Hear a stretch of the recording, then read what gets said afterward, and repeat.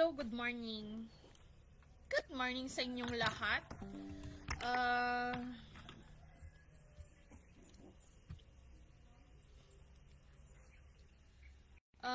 Andito po ako. Samahan niyo po ako sa konting kaping meron ako ngayon. At napakaliit lamang po yung ila-live videos ko.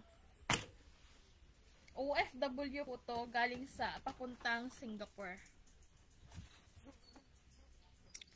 Let's see po. Kaya nga po, 'di ba? Ang sabi ko, we need to protect the both side.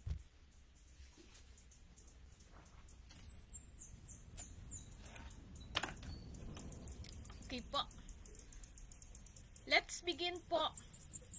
Makinig po tayo. Alam kong may pagkakamali.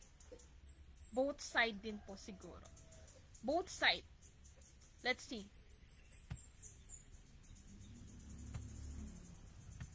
OFW na wag gagawin counter staff ang nasabing OFW staff at pinahuli at ibababa o hindi lalaki. Nangyaring insidente noong arestado ang isang pasaherong lalaki sa loob ng Davao International Airport matapos itong mag-bomb joke. Nangyaring insidente noong Mayo 3, araw ng Biyernes. Ayon sa Davao International Airport Police Station, ang nasabing lalaki ay isang 42 anyos na overseas Filipino worker na taga Digos City at papunta sana sa bansang Singapore. Pati po doon sa joke po yung niya kasi yung kasi sir, yung tanong kasi ng counter, yung sa regular procedures nila, tinatanong ko mayroong mababatag sa bag. Kami sir yung Bisaya po, tinatanong ng counter na kung na ba yung mabuak. Parang ganun yung term niya. So, nag-reply po si passenger na walay mabuak, bomba lang. Anya, umamin pa ang suspect na biro lang niya ito at humingi ng paumanhin sa staff. Pero ito ay parte sa kanilang operational procedures at mahigpit na ipinagbabawal. Dahil dito, agad ipinahuli ang suspect na nasa kustodiya na ng kapulisan. Noong Sabado ay isinailalim na sa inquest proceedings ang suspect nahaharap sa kasong may paglabag sa Presidential Decree 1727 o ang Anti-Bomb Joke Law. Muli namang nagpaalala ang Civil Aviation Authority of the Philippines o CAAF Davao sa publiko na iwasan ang bomb joke o paggawa ng mga bagay na makapagbibigay alarma sa iba. Mahigpit at seryoso din sila sa implementasyon ng Anti-Bomb Joke Law. Ini sa amo sa CAAF, wala talaga kulang sa pag-remind sa mga pasahero. In fact, natay mga public postings niya, reminding sa mga pasahero nga bawal ang mag-imo bomb joke in any part of the airport. Hindi naman nakaapekto sa mga biyahe sa Davao International Airport ang nangyari noong Biyernes. Ito ang unang bomb joke incident sa Davao City ngayong taon. Matatandaan noong Enero 2023, isang 59 years old na babaeng overseas Filipino worker na taga Pangasinan inaresto ng otoridad matapos mag-bomb joke. Usa ka OFW ang arestado human nga nag-bomb joke samtang gina-check ang iyang bagahe sulod sa Davao International Airport. Ani ang report?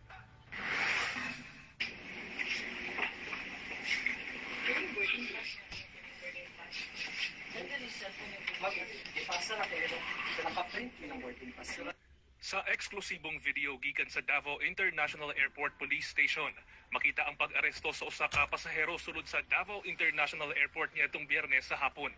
Kini human matud pa nga nag-bomb joke ang mong lalaki samtang ina-check ang iyang mga dala sa airport. Ang lalaki giilang si Bruno, dili niya tinuod nga pangalan, 42 anyos kataga Digos City, Davao del Sur, ug usa ka overseas Filipino worker. Tungod sa hitabo, igo na lang kini sa paghilak.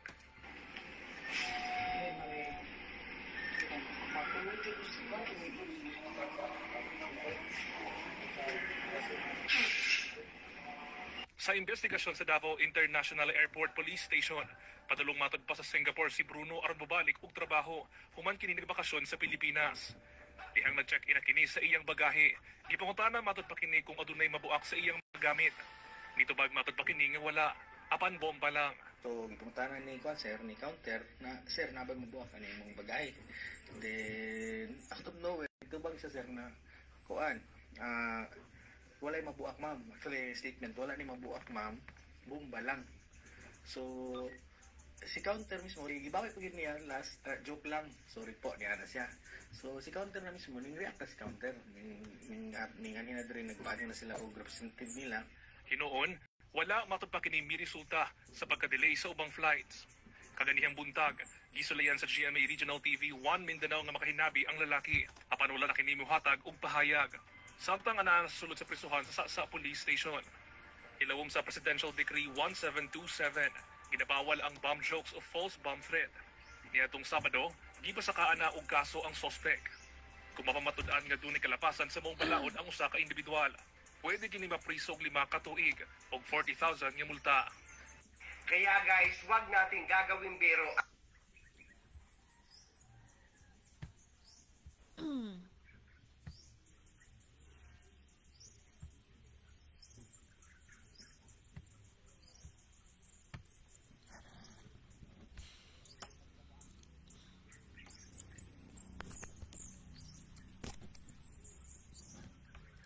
Alam niyo po, andun po tayo. We need to protect the both side or the each side. Kailangan protektahan kung sino man yung nagkasala. Bakit po? Para malisen or bumaba yung isasampa sa kanya or yung tawag niyan yung talagang para sa kanya na for the prison kung ilang years kailangan ibaba. Bakit kailangan ibaba? Well, let's see. Ngayon po, sa kabila naman po, sa airport naman po, we need to protect also the rights of the employee, especially the license of the airport. Ngayon naman po, kailangan naman natin protektahan ang tagapagtanggol or kung sino mang mga pulis na yan. Ngayon, ilan po? 3 sila. As the responsible, bilang isang OFW or bilang DH, bawal po talaga yung mga joke na yan. It's because life matter and it's difficult na magkaroon po tayo or makipag-communicate tayo na talagang kakaiba po, friendly. Now po, ano po ang ginawa ng personnel? Ano po ang ginawa ng personnel or staff ng airport na yan? Bakit po siya nagkaroon? At bakit po siya nagkaroon ng lakas ng loob na makipag-joke na may bomb sa luggage niya at nagkaroon ng joke? As responsible of the OFW and DH, they know that impossible po na hindi nila alam na yan po ay bawal po. It's because inside the airport, they are protecting the life of those Filipinos inside. Ngayon po, hindi nyo pinakita sa CCTV footage dito, only the report of those reporter. Ngayon po, sigurado po ba kayo both side walang pagkakamali bilang isang personal staff ng airport? Bakit po nagkaroon ng communication na nakipaglokohan yung isang personnel na yon as OFW?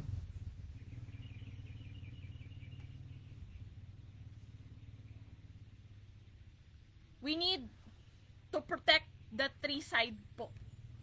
Hindi po tayo basta-basta kumuha ng informasyon na walang nakikitang pruweba. Only verbal for them, it's not allowed.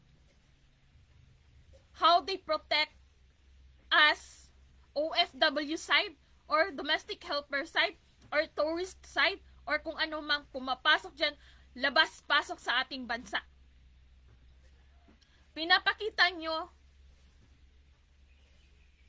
dito na talagang parang yung side nila only report, at pinapakita nyo po na marami pong nanonood sa report nyo. Now, on that time, the scene, pinakita nyo ba kung ano ang proper na nangyari doon while they are communicating each other? Paano po yan? Ikukulong nyo ang isang OFW na papuntang Singapore na nangangarap na magkaroon ng maayos na pamumuhay yung pamilya at kanyang future. Now, tatanggapin niya yan. Labag man sa kalooban niya at alam niyang may pagkakamali siya, tatanggapin niya yan. But, kailangan nating alamin kung sa ano ang nanggaling, bakit nagkaroon ng communication na lokohan doon. Sino po yung staff na yun? Maybe, it's a friend. Maybe. Kasi, ako po, MIL, paano po ako nakipag-communicate at niloko ko po yung pulis? Kaya nga, kayo rin po ang gumagawa ng pagkakataon para lokohin po kayo.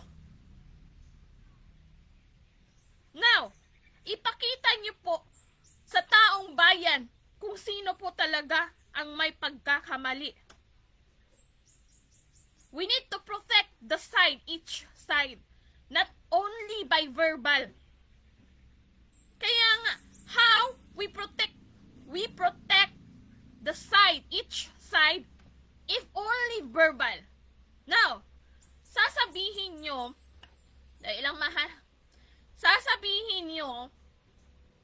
sensitive. Right? My case also, sensitive.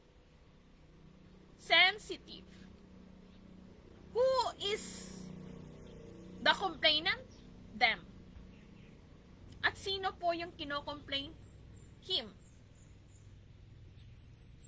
As responsible, ipakita po sa pulis kung ano po talaga ang nangyayari. Anong pinakita niyo po sa airport? Yun po. Hindi po yung total yung nangyari po talaga.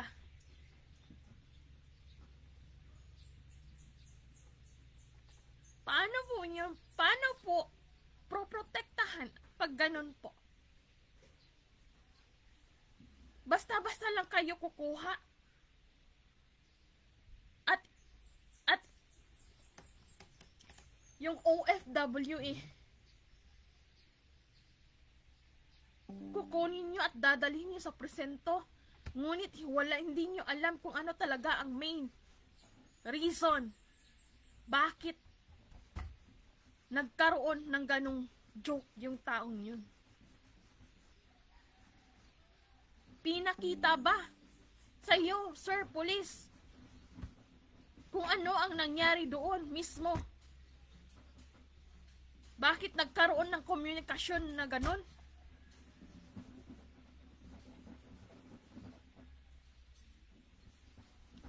Ipakita niyo po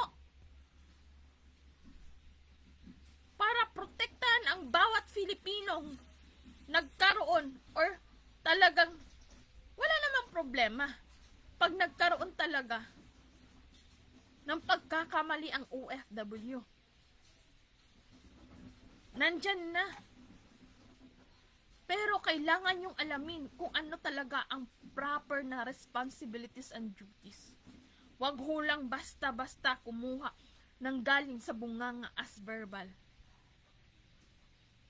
Hahayaan lang po ba natin na makulong ang isang Filipino na hindi nakuha talaga yung pruweba? As police po, yun lang po ba ang ipapakita nyo? As reporter po, yun lang po ba ipapakita nyo? Dito sa YouTube, ako po hindi agree. Walang nangyari doon mismo. Only report, only verbal. Ano po ang pinapanood namin dyan? Lakad lang. Dala ang mga luggage. Ayusin niyo po. You are working and you are protecting the rights of those Filipinos, especially the OFW. Anong tawag niyan? Hero ng ating bansa. Maloko man, but still, within, inside, andyan po sila.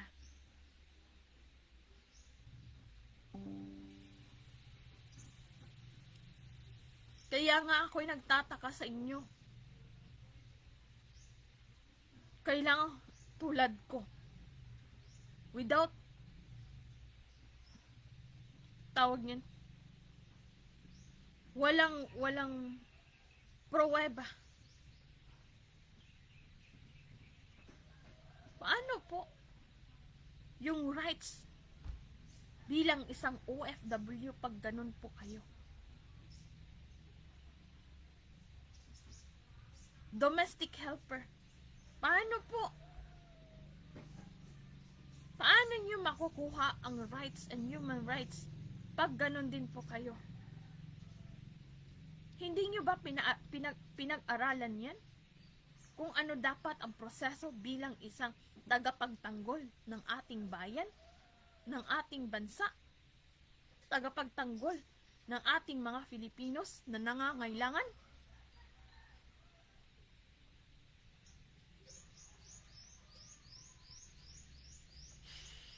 Ako yung naiinis sa inyo. Protect!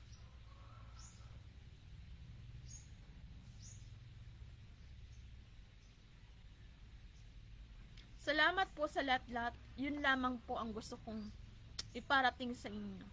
Do your job. Do your responsibilities and duties. Be proud because you are working there. How about me? I don't have work. See? How about doon sa OFW? Ginanon nyo without proof na hindi nyo pinakita dito. At para malaman talaga ng taong bayan or mga Filipinos kung sino pa po talaga yung nagkakamali talaga. Salamat po sa lahat-lahat. Kailangan ko pong bumili ng injection eh. Thank you po kasi yesterday pa kasi yung time for injectable ng kuya ko. For schizophrenia. So I need to inject later. Thank you po sa lahat-lahat. And I hope po we did our best to protect the Filipinos. Thank you po.